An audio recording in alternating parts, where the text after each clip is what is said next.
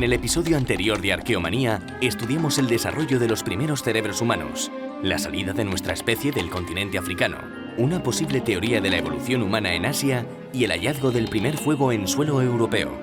El fuego nos lleva a otro yacimiento que esconde importantes novedades para la evolución humana en la península ibérica. En la Cueva del Ángel, en Córdoba, un fuego encendido durante miles de años nos arrojará la luz que precisamos para conocer cómo vivían los preneandertales. Nos adentraremos también en la Cueva de la Garma, en Cantabria, una fantástica máquina del tiempo sellada hasta nuestros días y descubrimiento esencial para conocer el origen del simbolismo.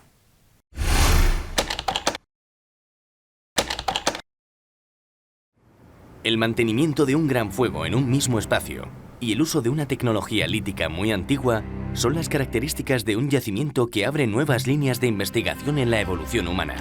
Se trata de la Cueva del Ángel en Lucena, Córdoba.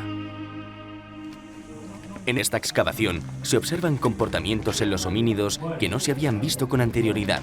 Las pruebas arqueológicas y paleontológicas realizadas muestran una población humana vinculada a un gran fuego activo durante miles de años. Bueno, en primer lugar, la Cueva del Ángel es importante porque es uno de los pocos yacimientos del Pleistoceno medio existente en la península ibérica. Aquí podemos estar hablando de algo más de 300 o en torno a 350.000 años de antigüedad como mínimo, por ahora establecida, y que en este caso incluso llegaría a solapar parte del Pleistoceno superior en torno hasta los 100.000 años o 80.000 años.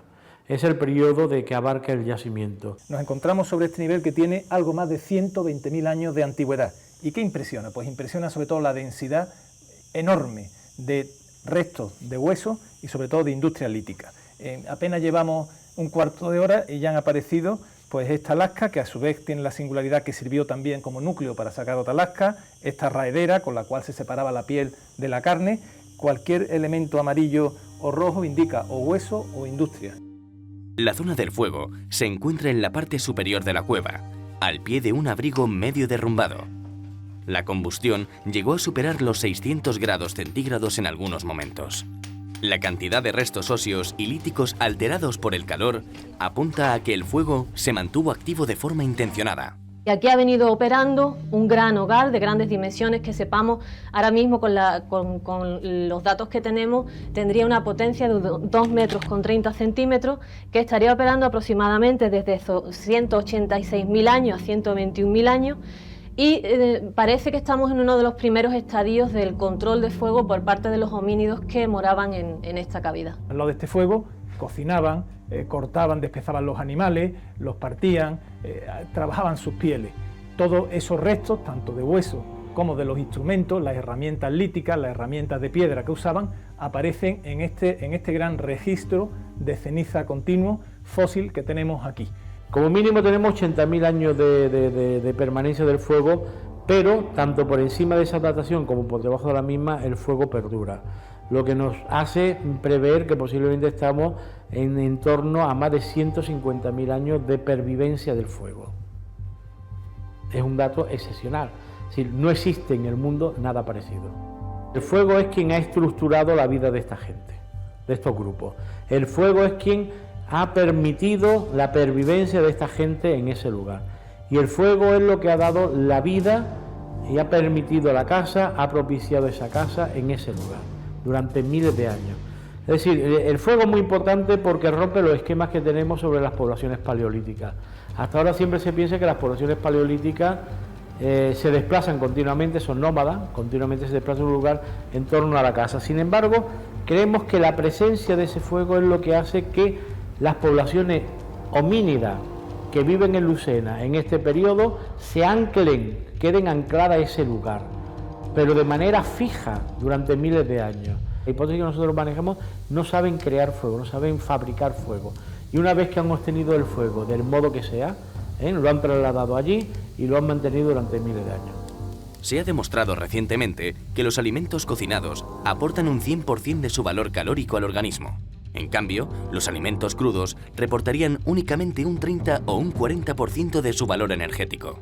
Este hecho pudo tener su importancia en el desarrollo del cerebro de los homínidos que manejaban el fuego. Los homínidos de la Cueva del Ángel comían grandes mamíferos como caballos, uros, ciervos, rinocerontes, jabalíes y elefantes. El bisonte, muy escaso en el sur de la península ibérica, también se encuentra aquí como parte de la dieta humana. Lobos, linces y osos fueron igualmente asados en el gran fuego. Claro que a veces hubo periodos de enorme escasez. Pasaban periodos de hambre.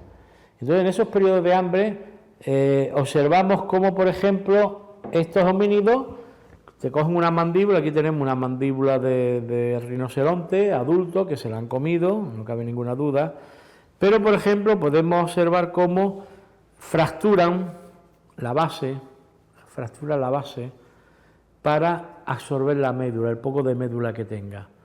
Pero este comportamiento es normal, lo hacen igual con los cuernos de bisonte, con los cuernos de bóvido, lo hacen también con las falanges de los animales, las fracturan por la mitad para absorber lo poco que tenga a nivel calorífico, que es muy poco. La imagen de los grandes cazadores que tenían abundancia es falsa, eso no existe. ¿Quiénes habitaron la Cueva del Ángel durante cientos de miles de años?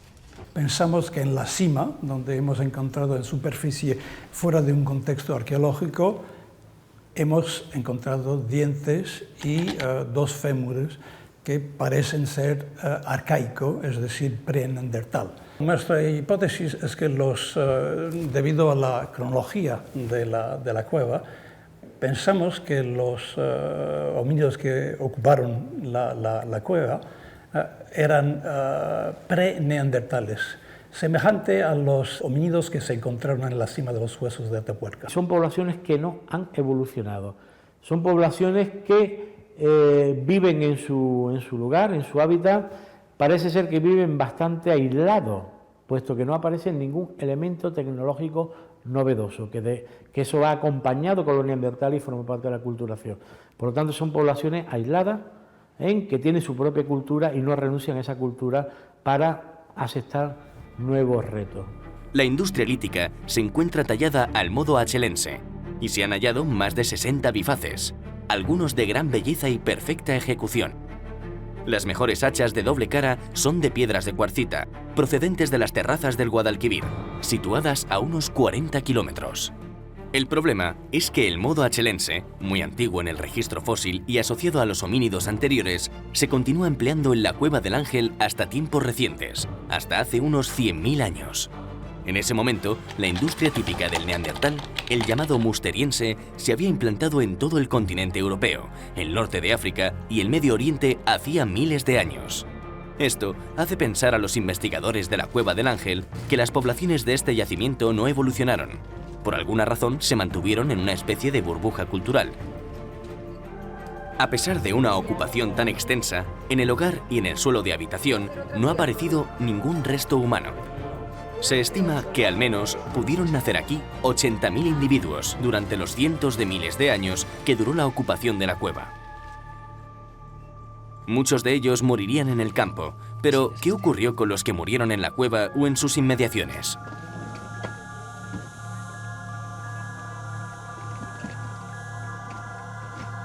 Junto al antiguo abrigo, bajo el que se encontraba el hogar y el lugar de trabajo, se localiza una pequeña cueva que pudo servir de muladar.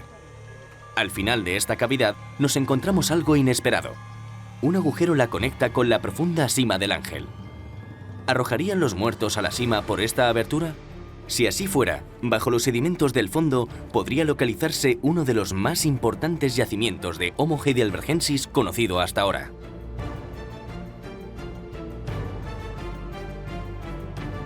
Los espeleólogos descienden desde el mismo punto por el que pudieron lanzarse los restos de los homínidos fallecidos, lo que nos permite comprender la profundidad de la cima, que por aquel entonces no tenía otra entrada que la superior. La gran potencia de los sedimentos se hace patente cuando descendemos. En el camino encontramos restos de un conejo que ha debido caer durante la noche anterior. ¿Qué cantidad de animales habrá corrido la misma suerte durante cientos de miles de años? Durante cientos de miles de años se ha formado esta gran capa de sedimento, bajo la cual puede haber, pues de todo, restos humanos, líticos de animales. Todavía no se ha excavado, pero simplemente de prospección y casi en superficie del sedimento ha aparecido este trozo de fémur. Es muy robusto, por lo tanto estamos hablando de un homínido muy fuerte, probablemente un preneandertal, que podría tener unos 200 o 300.000 años, quién sabe. La Sima del Ángel puede encerrar una de las mayores acumulaciones jamás encontradas de restos fósiles de los antiguos homínidos europeos. El tiempo dirá si estos homínidos evolucionaron hacia el hombre neandertal o continuaron inmutables en su anatomía y su vieja cultura al calor del gran fuego.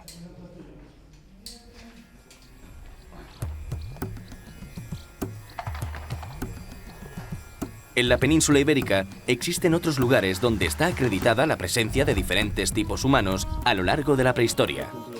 Son muchos los espacios en los que se pueden detectar diferentes culturas sucesivas en el tiempo. En algunos de ellos está claro que los neandertales pasaron primero y los humanos modernos, los Homo sapiens, después. En España se excavan yacimientos de estas características en Cueva Antoni Rambla Perea, Murcia, en la Cova Grande Ginia, Cataluña, y en Benzú, Ceuta. La lista es afortunadamente larga. Con el paso de las campañas, habrá una mayor información para formular hipótesis más sólidas. Los datos van creciendo en cantidad y calidad, y cada año que pasa, aumenta el conocimiento sobre la evolución humana en España. Nos encontramos en una comarca que es la de Guadalteba, el final del Valle de Guadalquivir, el principio de Guadalhorce, en la cadena costera, y tiene un interés arqueológico muy evidente, ¿no? Pero cuéntanos un poquito esta zona, qué significa y por qué aparece industria lítica de un periodo tan prolongado en el tiempo. En esta pequeña comarca, que es la comarca de Guadalteba, que está entre la serranía de Ronda y la depresión de Antequera, entre la bahía de Málaga y el valle interno del Guadalquivir, lo que nos encontramos está claramente identificado como un proceso histórico larguísimo que puede tener más de 700.000 años, donde hay piezas desde épocas muy antiguas, fabricadas por los Homo erectus, las piezas del Paleolítico inferior, piezas ¿Qué antigüedad pueden tener estas piezas? Entre 700.000 y 150.000, 200.000 años. Y después piezas muy claramente fabricadas por los neandertales, que ya ocupan, además de esos territorios de los valles, ocupan por primera vez las cavidades, y ellos son los autores de este tipo de piezas tan estandarizadas como las raederas, las puntas musterienses, y son cosas que se hicieron en esta comarca con toda seguridad entre 80.000, probablemente incluso más, pero entre 80.000 y 40.000 años. Y por último están las piezas que fabricamos nosotros, las personas, los humanos modernos, pero hacen probablemente desde hace 40.000 años, que son las piezas que nosotros clasificamos como las de los Homo sapiens sapiens, que están vinculadas, en este caso, están vinculadas al uso de dos cuevas grandes de la comarca, como son la cueva de Ardales y la Sima de las Palomas.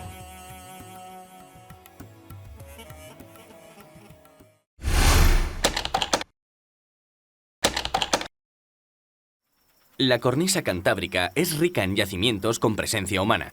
Uno de estos yacimientos puede considerarse la Pompeya de la prehistoria, por su grado de conservación. La Cueva de la Garma registra presencia humana desde hace 175.000 años, cuando los preneandertales de la Cueva del Ángel estaban todavía en plena actividad. Sus industrias líticas abarcan varios modos y cronologías. Las piezas más antiguas, obtenidas en la entrada actual de la cavidad, pueden relacionarse con los preneandertales o los neandertales, aunque los ejemplos más abundantes y brillantes se asocian al magdaleniense medio, esto es, a la producción lítica de hace unos 16.000 años. Sus últimos restos son de la Edad del Bronce, aunque los periodos relacionados con el arte parietal son los más interesantes. El ínterin, que va desde los 40.000 años hasta los 10.000, encierra una gran cantidad de información. La cavidad está intacta, inalterada, libre de la presencia humana desde hace miles de años, especialmente sus galerías profundas, aunque hay una extraña excepción que merece la pena ser mostrada. Hace 1400 años la Garma tuvo unos extraños visitantes. En este siglo VII o VIII, al menos 5 varones jóvenes entraron hasta una zona muy profunda, toda una proeza espeleológica y mucho más con los medios y también los miedos de la época.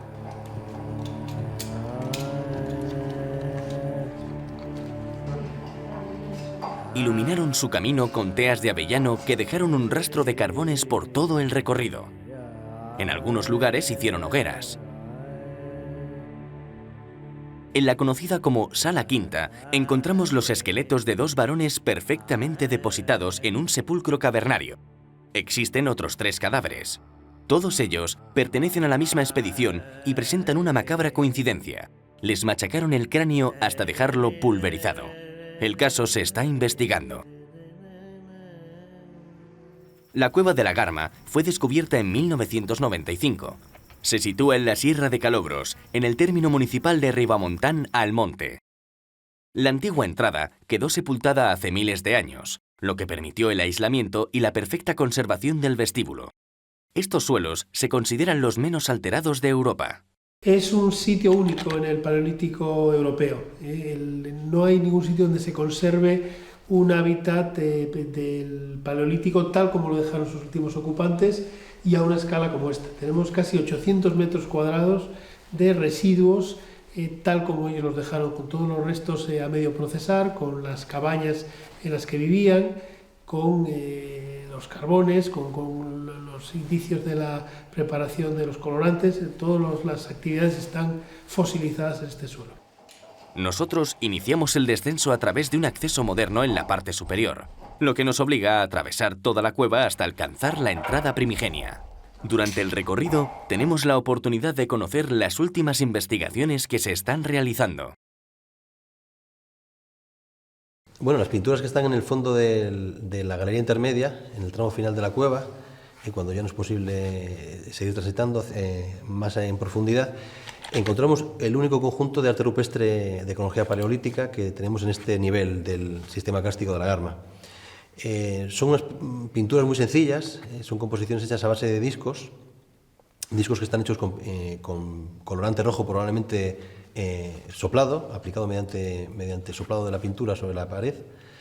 Y en los 3 casos están sobre 3 columnas estalagmíticas y en los 3 casos repiten la misma composición. Son una serie de discos que están dispuestos en vertical, unos superpuestos a otros. ¿Qué datación tendría?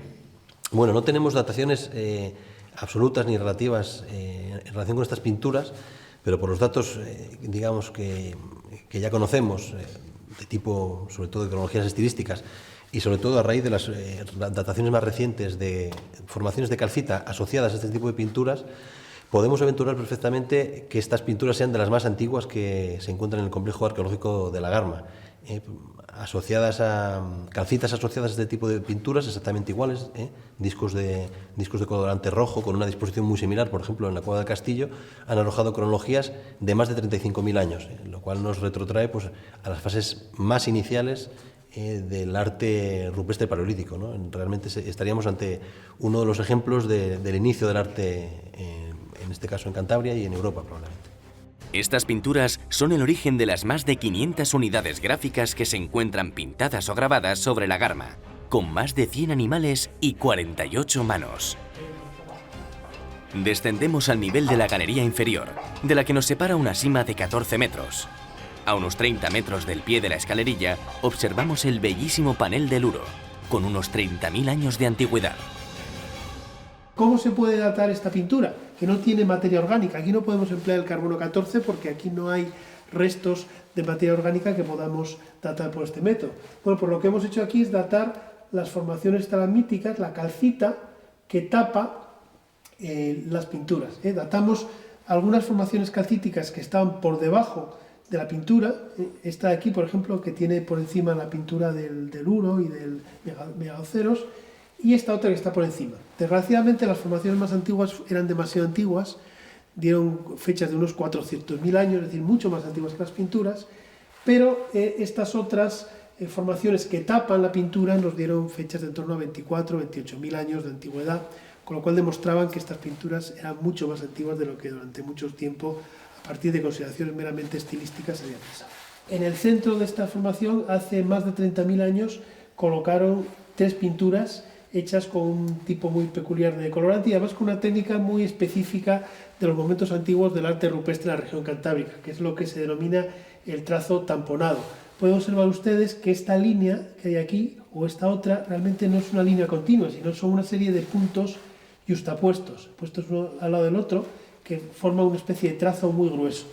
Con esa técnica han pintado aquí un muro, es decir, un toro salvaje, ven ustedes los cuernos en perspectiva lateral, aquí la cara, aquí el pecho del animal, y otros dos animales que este parece ciertamente ser una cabra y este otro podría ser una cabra o un ciervo, no estamos muy seguros. Bien, esta no es la única fase de utilización de este panel. En un momento posterior, probablemente todavía en este momento inicial del Paleolítico Superior, hace más de 30.000 años, se pintan otras dos figuras por encima de ellas, sin respetarlas, algo que es muy habitual en el arte rupestre.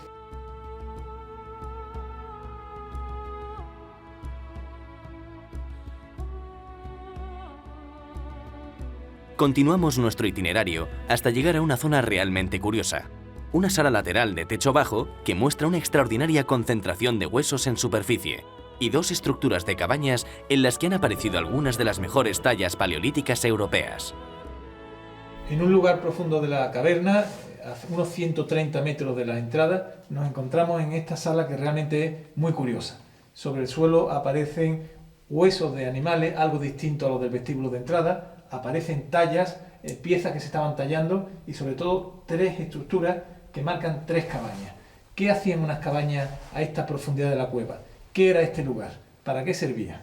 No solamente vinieron, digamos, a practicar posiblemente ritos vinculados con el arte rupestre.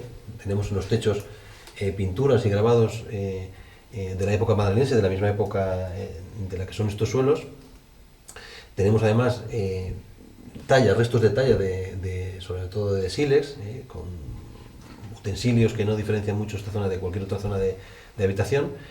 Encontramos también una de las mayores concentraciones de arte mueble sobre soporte óseo y sobre soporte pétreo también, que se conocen ahora mismo en la península ibérica, yo creo que podemos decir en Europa occidental. Y además, no solamente tenemos testimonios de actividades sobre utensilios, sobre objetos muebles, sino que hubo un trabajo muy intenso que realmente debió llevar una inversión en horas de trabajo y en número de personas, porque toda esta zona de la cueva fue intensamente modificada para, digamos, organizar el espacio. Hicieron al menos dos grandes estructuras de habitación, digamos, para entendernos, de hábitat en sentido amplio, que no fuera el mejor lugar para vivir dentro de la cueva, pero son una manera de segmentar el espacio de la cueva. En este caso, eso es lo que llamamos las cabañas. Las cabañas. Ha sido preciso un trabajo minucioso para inventariar todo el material del suelo, sin alterar su posición inicial. María, ¿cómo estáis estudiando los huesos y aparte de ello, qué tipo de huesos aparecen? ¿Son distintos a los del vestíbulo? ¿Pueden significar algo?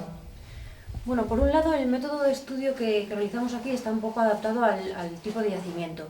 No se puede sacar, como no es una excavación al uso, no se saca el material al exterior y lo que hacemos es traer el laboratorio aquí dentro. Entonces lo que hacemos es, en primer lugar, se ha hecho una planimetría de toda la sala y después con esos planos localizamos cada hueso en ese plano y lo estudiamos. Nos traemos la lupa y aquí hacemos pues lo que haríamos en el exterior. Determinamos la especie, la parte anatómica, miramos si tiene trazas, lo documentamos con fotografía y lo volvemos a depositar en su sitio, porque previamente le hemos hecho una fotografía para poder localizarlo en el mismo sitio. La especie que domina es el ciervo. Sobre todo hay ciervo, hay también algo de cabra, bos y también caballo. Pero en cambio en esta sala domina completamente el caballo. Sobre todo aparecen restos de caballo, como dijo Roberto, aparece de hecho un cráneo casi completo que no se conserva en otro sitio de la cueva. Y además aparecen también restos de carnívoros, lo que no era tan habitual. En la estructura de cabaña más antigua han aparecido huesos de oso, león y hiena que podrían indicar algún tipo de ritual. Es difícil hablar de la intencionalidad por la que se trajeron aquí estas especies. Concretamente la hiena y el oso son un poco anteriores, no son contemporáneos. Sí que están aquí, posiblemente los trajeron de otras partes, pero esos no los cazaron. Directamente recopilaron esos huesos en algunas partes. El león, en cambio, sí que podemos decir que es del mismo periodo y que lo aportaron ellos al yacimiento. ¿El por qué? Pues, hombre, hace pensar que quizás no es un uso, sobre todo los carnívoros, no se suelen consumir porque la carne no tiene un buen sabor. Entonces, podría pensarse que se ha hecho otra cosa con ellos diferente, que difiere del uso alimenticio que seguramente hicieron del caballo o de los otros restos de animales que hay aquí, de herbívoros. La garma, además de su belleza natural y geológica, el registro de su prolongada ocupación humana, sus bellísimas pinturas y su misterio, nos ha regalado un espectacular arte mueble. Piezas talladas en hueso con una delicadeza y esmero que demuestran el alto grado de maestría artística que alcanzaron los antiquísimos habitantes de la Garma. Dejamos atrás la sala quinta y una huella paleolítica perfectamente delimitada sobre el barro llama nuestra atención. Es difícil estimar cuándo quedó impresa. Al llegar a la sala novena, la más profunda de la galería inferior, un estruendo nos sobrecoge. Al fondo de un precipicio discurre el tramo subterráneo del río Fuentecuevas antes de verter sus aguas al exterior. La altura del abismo nos impide ver el cauce subterráneo. El rumor de la corriente parece traer voces lejanas.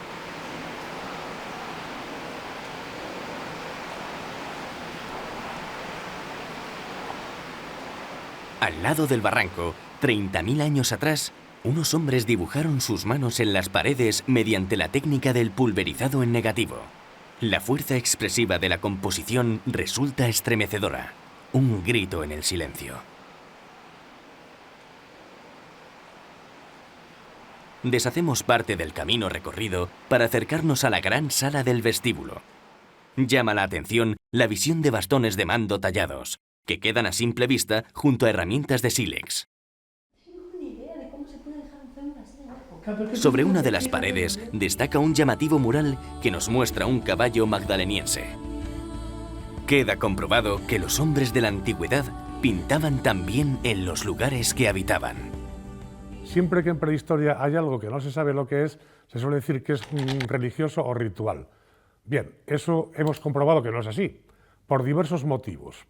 El más importante de ellos es porque las representaciones no aparecen solamente en sitios escondidos, sino que aparecen al aire libre, en sitios de paso, de vivienda, etc. Y por tanto ese misterio, esa mística de lo oculto y de lo difícil no se produce en muchísimos casos, y en la mayor parte de los casos que podríamos conocer en el arte paleolítico, llamado así, pues no tendría nada que ver con el misterio ni nada semejante.